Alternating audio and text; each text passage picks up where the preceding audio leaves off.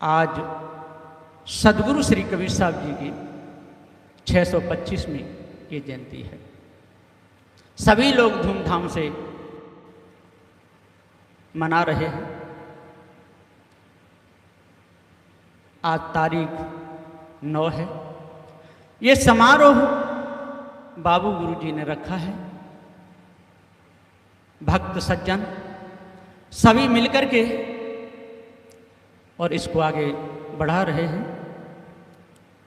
मानवता जब मनुष्य के अंदर आती है तो दानवता चली जाती है। मानवता धारे बिना दानवता नहीं जाए, दानवता त्यागे बिना मानवता नहीं आए। जिस समय मनुष्य के अंदर मानवता आती है उस समय कुटिलता, द्रोह, राग, दम, छल, छिद्र ये सब अलग हो जाता है। और जब मनुष्य के अंदर दानवता आती है उस समय षड्यंत्र, दूसरों को दुखाना, दूसरों को सताना, इधर की उधर बात करके भरी सभा में किसी का सिर झुका देना, यह दानवता का प्रतीक है। जब तक हम अपने आप को नहीं जानेंगे तब तक हम खंडन की तरफ बढ़ते हैं। लोग कहते हैं कि खंडन और मंडन, इस पर विचार करना चाहिए। खंडन किसे कहते हैं और मंडन किसे कहते हैं? जो तीनों काल में है ही नहीं और उसको कह देना नहीं है तो उसको खंडन नहीं कहते। है उसको नकारना ये अपमान है, और खंडन है उसका होता ही नहीं। जो है उसका खंडन नहीं होता, जो नहीं है उसको नहीं कहने में भी खंडन नहीं होता। इस विचार को जान लेना चाहिए। सदगुरु कबीर के सत्य ज्ञान को वीर पुरुष अपनाते हैं। तज जाति वर्ण मानंदी जड़ धोखे में ना भरमाते हैं। सदगुरु श्री कबीर साहब जी का जो ज्ञान है वो वीर पुरुष अपनाते हैं। इनको वीर क्यों कहा गया? महाराजे बहुत हुए संसार में, जरासंध, शिशुपाल, कंस, दुर्योधन जैसे भूप भये। जीवन भर सुख शांति मिली ना, राग द्वेष मजदार हुए। एक से एक हो गए, दूसरे राज्य पर विजय प्राप्त करते थे। जय जयकार हो गए उनके सारे संसार में। लेकिन जब उनका पतन हुआ उस समय रणभूमि में तड़प तड़प करके मर गए। कोई पास में भी नहीं आया। दुर्योधन, राजा दुर्योधन जाकी करत पखेरु छाए, और जिस समय भीम ने उनकी जंगा तोड़ी तो कोई काम में नहीं आया। राजा प्रियाभर्त बड़े राजा हुए। गंगा नाम की एक लड़की थी। ये गंगा नदी को नहीं समझ लेना। एक बार गंगा से, और महाराज प्रियभर्त कहते हैं कि हे गंगा तू मेरे से शादी कर ले। गंगा बोली महाराज आप मेरे से शादी करोगे? कि हाँ। कि तो ऐसा करो कि आप मेरे परिक्रमा लगा करके आओ। तो महाराज प्रियभर्त ने कहते हैं कि 7 पहिया का रथ बनवाया, उस पर बैठ करके चले, और उन पहियाओं की जो लकीर होती गई उसको कहते हैं 7 गंगा। और जब घूम करके वो आए तब तक वो बुढ़े हो गए, उनकी नार हरने लगी। गंगा लोटा में पानी लिए हुए खड़ी है। मेरे पति देव आ रहे हैं। सामने आ गए पति देव। राजा प्रियभर्त बोले क्या तेरा दिमाग खराब है?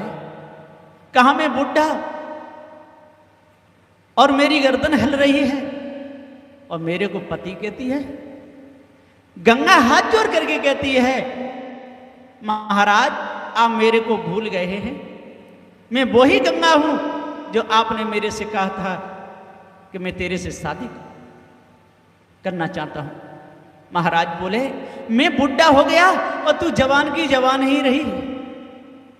गंगा बोली कि हां, जो वासना में फंसते हैं वो बुढ़े होके मरते हैं, और जो वासना से विरक्ति लेते हैं वो कभी बुढ़े होते नहीं। इतनी बात सुनकर के महाराज प्रिय भक्त का सिर और गंगा के चरणों में झुक गया। सदगुरु श्री कबीर साहब जी पुकार के समझाते हुए कहते कि भाइयों, इस ब्रह्म परमात्मा की जो कल्पना की है वो मनुष्य ने की है, किसी दूसरे ने नहीं, पशु पक्षियों ने नहीं। ब्राह्मण, क्षत्रिय, वैश्य और शूद्र, ये 4 वर्ण बनाए थे महाराज मनु जी ने।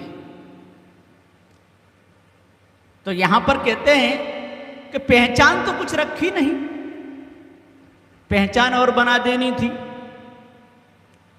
जैसे ब्राह्मण की पहचान हो जाए तो उसके 100 सिर होने चाहिए, दूध से पता चल जाए इनके 100 सिर हैं, ब्राह्मण देवता रहे, और 50 होने चाहिए क्षत्रिय के, तो मालूम पड़ जाए, बैठाने में भी सुविधा हो जाए। और 25 सिर होने चाहिए वैश्य के, और 12 होने चाहिए शूद्र के, तो पता चल जाएगा। या नाक में भी फर्क पड़ जाए, लंबी चौड़ी टेढ़ी तिरछी कैसी भी हो, जैसे सबकी नाक मुख के ऊपर है तो पहचान के लिए किसी की मुख के नीचे होनी चाहिए। लेकिन लोगों ने गप मारने में कोई कसर नहीं छोड़ी। ब्राह्मण का जन्म बताया कहां से? मुख से। और क्षत्रिय का जन्म बताया भुजा से, और वैश्य का जंघा से, और शूद्र का पैरों से। अभी विचार करके देखो, चारों वर्णों की माताएं गर्भवती यदि एक जगह कर दी जाए और देखा जाए कि जन्म कहां कहां से हो रहा है तो पता चल जाएगा। इस भ्रम में सारा संसार भूला हुआ है।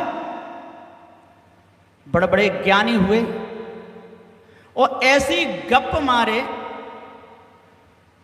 कि उन्होंने, कहते हैं कि फूंक से पहाड़ उड़ा दिए।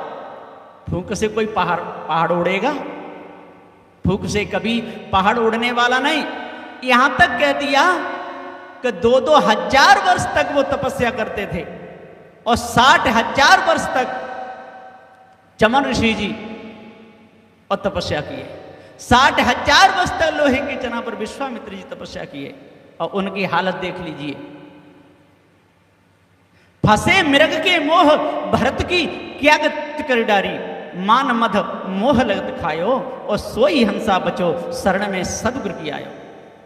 गुरु से पारख पहचानी, पारख से पहचान तानचो तू अपनी ताने, दुही का पर्दा हट जावे, सार सब डट सार गुरु की सेवा कर पावे। पार होए भवसागर प्राणी, चेतन पुरुष अखंड, जीव का बिरले ने जाने। ये चेतन जीव है जो अखंड है, कभी मरता नहीं। इसलिए इसके ऊपर कोई भी कल्पना करना ये भारी अपमान है। जीव का बहुत बड़ा अपमान है, क्योंकि अमर है, अखंड है।